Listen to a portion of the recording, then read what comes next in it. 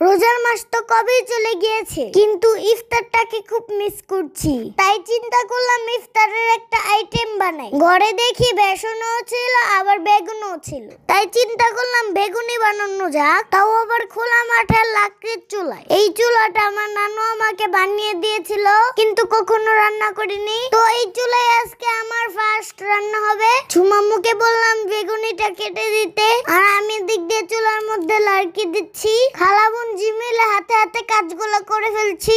এদিক দিয়ে সন্ধ্যাও হয়ে যাচ্ছে প্রায়, যেহেতু একটা বিকালের নাস্তা হবে। তো আমার বেগুন গোলা কাটা শেষ। এখন ঝুমাম্মুকে বলছি বেসনটা গুলিয়ে দিতে। ঝুমাম্মা এখন বেগুনি ভাজার জন্য বেসনটা গুলিয়ে নিচ্ছে।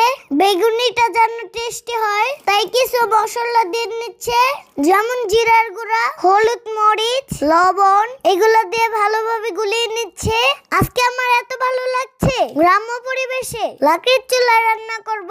আর এইখানকার পরিবেশটা দেখেন কত সুন্দর লাগছে। তো এখানে রান্না করার জন্য আমরা এখানে সবকিছু রেডি করে রেখেছি। আমার এখানকার পরিবেশটা দেখে খুব ইচ্ছা করছিল এখানে একটা কুড়ের ঘর বানাই, কিন্তু সেটার হবে না, কারণ এই জায়গাটা নিয়ে টানাটানি হেসড়াহেসড়ি চলছে। যারা এই জায়গাটা নিয়ে টানাটানি হেসড়াহেসড়ি করছে তাদেরকে গিয়ে যদি বলি আমি একটা ছোট্ট কুড়ের ঘর বানাতে চাই, তাহলে তারা মনে করবে আমি এই জায়গাটা নিয়ে চলে যাব। যাই হোক, এইসব কথা না বলি। তো আমি চুলায় জাল ধরিয়ে নিলাম আর তেলের কড়াইটা বসিয়ে দিলাম। এখন তেলটা গরম হোক। আর আমার এই লাকড়ির চুলায় এত সুন্দর করে জাল ধরেছে, আমি তো ভাবতেই পারিনি আমার এই ছোট্ট লাকড়ির চুলায় এত সুন্দর করে জাল ধরবে। মনে হচ্ছিল গ্যাসের চুলায় রান্না করছি। আমার ছোট লাকড়ির চুলায় রান্না করার অনেক শখ ছিল। আমি কখনো ছোট লাকড়ির চুলায় রান্না করিনি। ও সরি, আমি আরেকবার রান্না করেছিলাম, সেটারও 2 বছর আগে। একটা ছোট্ট লাকড়ির চুলা ঝোলাপাতে খেলেছিলাম। এই ভিডিওগুলো মনে হয় আপনাদের এখনো চোখে পড়ে। আমার পেজে দেওয়া ছিল ওই ভিডিওটা। এই লাকড়ির চুলার রান্নাটা আমি খুব এনজয় নিয়ে করছি।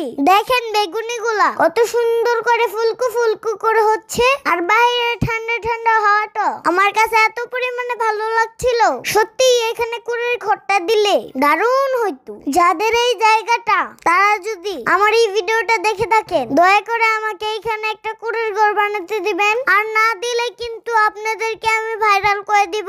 সেটা এমন ভাবে ভাইরাল করে দিব যেন আপনারা আমাকে দেখলে ভয় পান, আর আমাকে দেখলে মনে করবেন আপনাদের পিছনে খালি আমি ক্যামেরা ধরেই আছি। আপনারা সারাদিন কিভাবে ঝগড়া করেন সেইগুলাই ভিডিওতে তুলে ধরবো। আপনাদের ঝগড়া ভাইরাল হওয়ার পরে বুঝতে পারবেন কেন আমাকে কুড়ের ঘর বানাতে দিলেন না। এমনিতেই আপনাদের ঝগড়ার কারণে নানু বাসায় যেতে পারি না। আমি একমাত্র নানু বাসায় যাই একটু গ্রাম্য পরিবেশে ভিডিও করার জন্য। আর আপনাদের ঝগড়ার কারণে আর চিল্লাচিল্লির কারণে একটা ভালো ভিডিও বানাতে পারি না। কথাগুলো মনে রাখবেন। আমি তো জানি অবশ্যই আমার ভিডিওগুলো দেখবেন। আপনাদের সাথে সামনাসামনি কথা বলার আমার সময় নেই, আমি অনেক ব্যস্ত মানুষ। তাই ভিডিওর মাধ্যমেই বলে দিলাম, ভালো করে শুনবেন, মন দিয়ে শুনবেন, তারপর আমার কথাগুলো আমার নানুর কাছে জানাবেন আমি কি কুড়ের ঘর বানাতে পারবো কিনা। কুড়ের ঘরের কথা বলতে বলতে এদিক দিয়ে আমার বেগুনি হয়ে গেল। এখন আমি একটা বেগুনি খেয়ে দেখবো কেমন টেস্টি হয়েছে। বেগুনিটা খাওয়ার পরে সত্যিই অনেক মজা হয়েছে। লাকড়ির চুলায় রান্না করার খাবারের মধ্যে অন্যরকম একটা ফ্লেভার, একদম পাগল করার মতো। সেটা যারা খেয়েছেন একমাত্র তারাই এই গ্রানটা বুঝতে পারবেন। সারা জীবন তো গ্যাসের চুলায় খেয়ে এসেছি, তাই লাকড়ির চুলার রান্নার মজাটা আমাদের কাছে স্পেশাল। এই যে এতগুলা বেগুনি বানিয়েছি, এগুলো কি আমরা একা খাবো? একা খাবো না। আর আমি একা কোনো জিনিস খেতেও পারি না। যখন আমি রান্না করছিলাম তখন এখানে অনেক মানুষ ছিল, তাদের সবাইকে একটা একটা করে দিচ্ছি, কারণ একা কোনো জিনিস খাওয়া ঠিক না। আমার মা বলে কোনো জিনিস খেলে সবাইকে দিয়ে খেতে হয়। আর আমি যেহেতু আজকে প্রথম এই চুলাটায় রান্না করেছিলাম, তাই সবাইকে আমার প্রথম রান্নার খাবারটা দিচ্ছিলাম আর বলছিলাম কেমন হয়েছে জানাতে। সবাইকে দেওয়ার কারণে সবাই তো অনেক খুশি, আমিও কিন্তু অনেক খুশি। সবাইকে দিতে পেরে আরো বেশি খুশি, কারণ হচ্ছে আমার নিজের হাতের রান্না আমি দিতে পেরেছি। সবাইকে দিয়ে এই অল্প কয়টা আছে, এখন আমি বাড়ির মানুষকে দিব।